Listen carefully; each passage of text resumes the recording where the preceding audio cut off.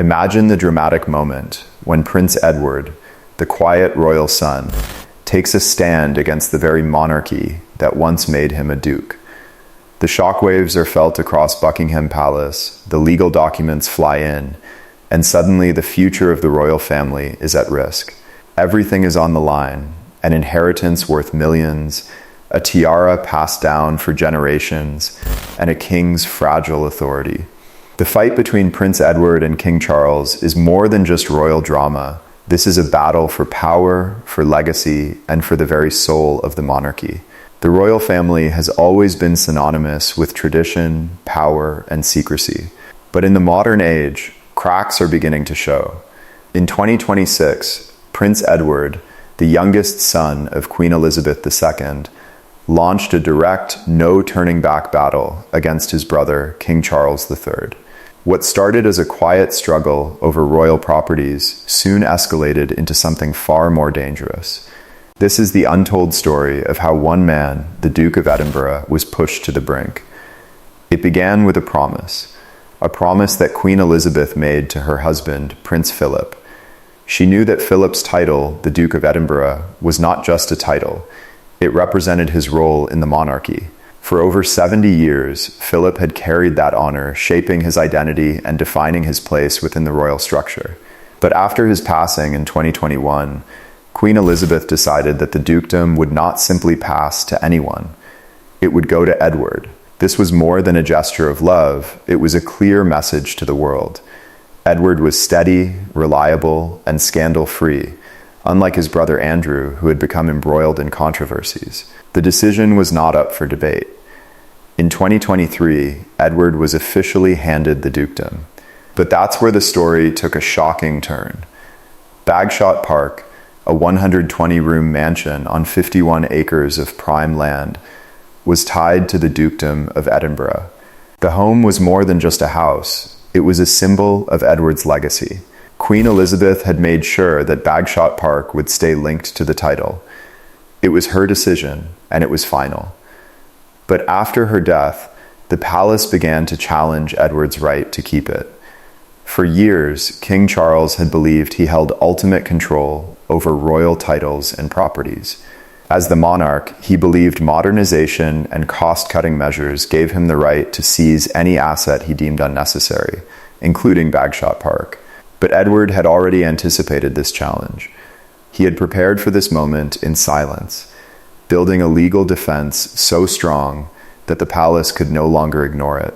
Edward's legal team wasn't just defending a title, they were defending an inheritance worth millions. When Edward first received Bagshot Park in 1998, it was a rundown estate in dire need of repairs. The Crown Estate wanted nothing to do with it, and it was offered to Edward under a low-cost lease. But Edward took it on, investing nearly $3 million of his own money to restore it. His rent skyrocketed to $90,000 a year, but the estate was his, legally, financially, and personally. In 2007, he extended the lease to 150 years, paying $5 million for the right to keep it for future generations. And with that extension, Edward secured something far more valuable: control. The estate was now his to manage, to sell, and to pass down. But with a property worth $30 million at stake, the Crown Estate had no intention of letting Edward keep it. While Edward fought for his inheritance, Sophie, the Duchess of Edinburgh, faced her own battle. It all started with a routine audit by Camilla's office, but what followed would turn personal. Sophie's wedding tiara, a gift from Queen Elizabeth, was now under scrutiny. The anthem tiara, crafted with elements from Queen Victoria's personal collection, was deemed crown property by Camilla's office. But for Sophie, the tiara was more than just jewelry. It was a symbol of her relationship with Queen Elizabeth, who had always been a mother figure to her. The argument over the tiara was simple. If it could be claimed as crown property, then Sophie would lose ownership, along with the right to wear it at official events. The emotional toll of this move was undeniable, especially for Sophie, who had lost her mother at a young age. As the fight for the tiara unfolded, Edward's legal team was ready. They presented a signed deed of gift, proving that the tiara was a personal wedding gift from Queen Elizabeth, not a crown asset. But there was more at stake here than just the tiara. Edward's legal defense went beyond that. He had the full backing of Queen Elizabeth's signed documents and a history of financial responsibility. But even with this powerful defense, Charles still held the reins of the monarchy. The battle reached its peak when Princess Anne stepped in. Known for her blunt honesty and no-nonsense attitude, Anne made it clear to King Charles that the very foundation of the monarchy was at stake. "If our mother's signature on a deed of gift is not worth anything today," Anne told him, "then neither will yours be worth anything tomorrow." Anne saw the bigger picture. If Charles allowed the monarchy's decisions to be questioned like this, it would weaken the very authority of the crown. Anne's intervention was the turning point. She demanded that Charles choose between his wife's ambitions and the credibility of the monarchy. The pressure was on, and it was only a matter of time before Charles would have to make his decision. The royal family was at a crossroads. Would King Charles back down and respect his mother's final wishes, or would he continue to push against Edward and Sophie? The situation had grown from a simple dispute over property into a fight for the monarchy's future. As the conflict deepened, King Charles III's position began to unravel. What started as a matter of royal control over property and gifts escalated into something far more personal. The legal documents delivered to Buckingham Palace contained not just Edward's defense, but something far more explosive: a letter, witnessed by none other than Prince Philip in the final days of his life. This wasn't just Queen Elizabeth II's decision. This was a joint decision by both of his parents, a protective measure that left no room for doubt. For Charles, the weight of that letter was undeniable.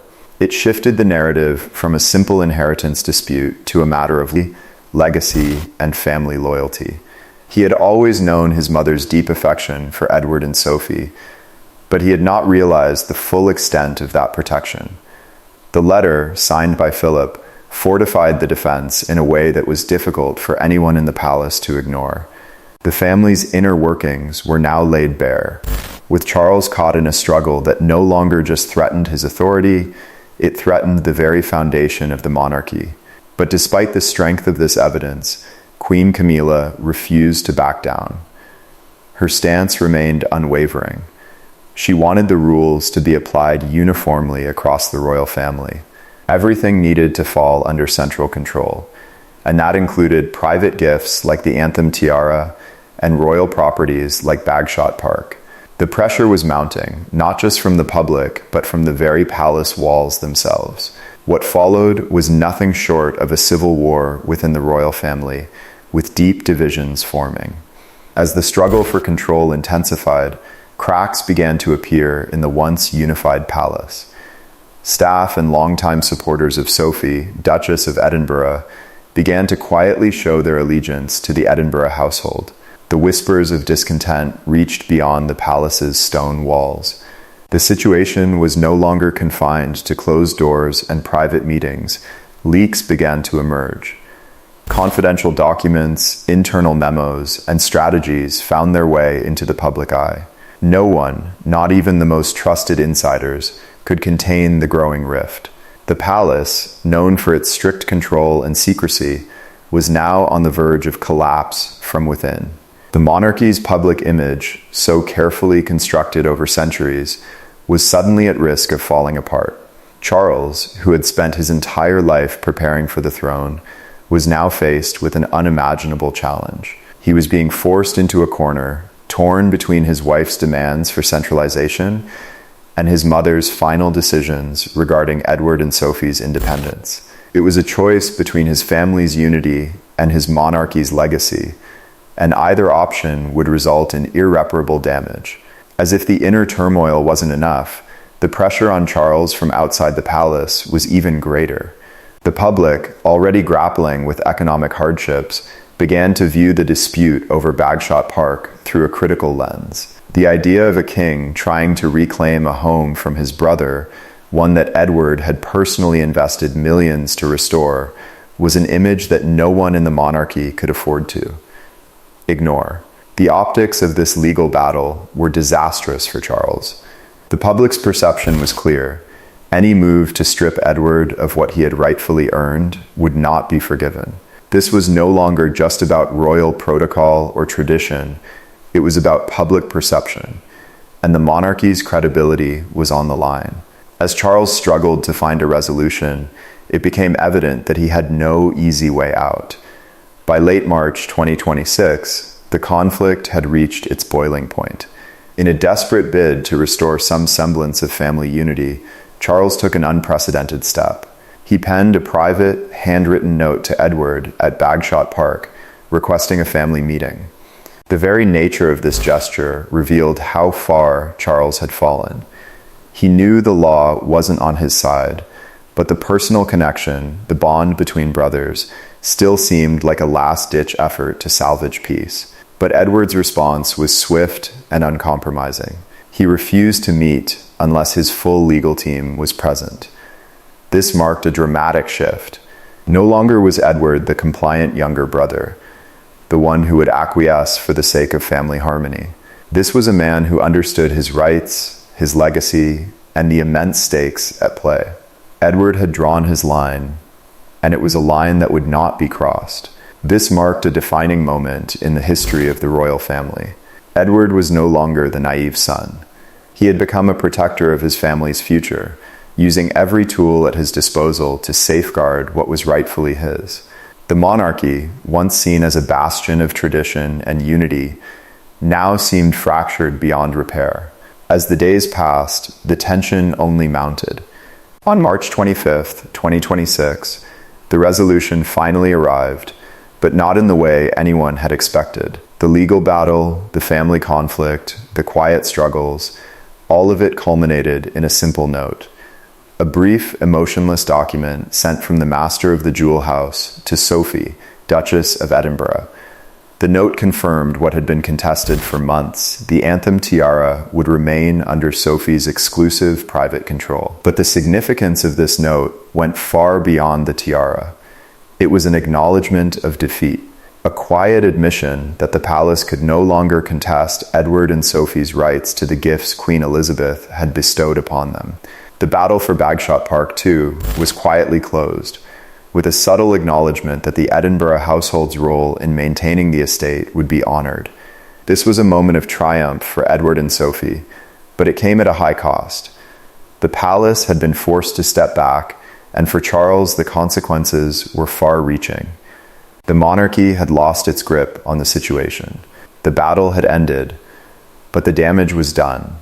The rift between brothers had become permanent. The implications of this victory were profound, not just for Edward and Sophie, but for the entire royal family.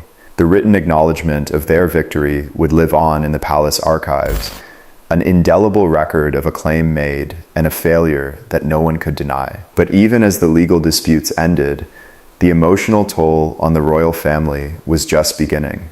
Edward's relationship with Charles had been irrevocably changed.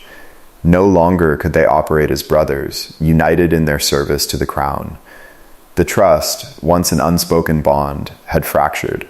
They would go on to attend public events together, presenting a united front for the world to see. But behind closed doors, the truth would be known. One brother had used the law to protect himself from the other, and that would never be forgotten. The monarchy, once a unified institution, had now become divided. On one side stood King Charles and Queen Camilla, continuing to push for a centralized, controlled vision of the royal family. On the other stood Edward, Sophie, and their supporters, a quiet but resolute group who would defend what had been given to them, refusing to let the past be rewritten. For James, Earl of Wessex, and Lady Louise Windsor, this moment would be a turning point. They had watched their father fight for his rights, not with public drama, but with legal precision. And one day, James would inherit the Dukedom of Edinburgh, carrying with it not just the weight of tradition, but the knowledge that the institution that grants power can just as easily take it away. As for Charles, he would continue to rule, but his authority would always carry the weight of this defeat. The trust of his family had been shaken, and that loss, though not visible on paper, would be felt in the years to come. The monarchy had been reshaped, and the consequences of that reshaping would echo through future generations.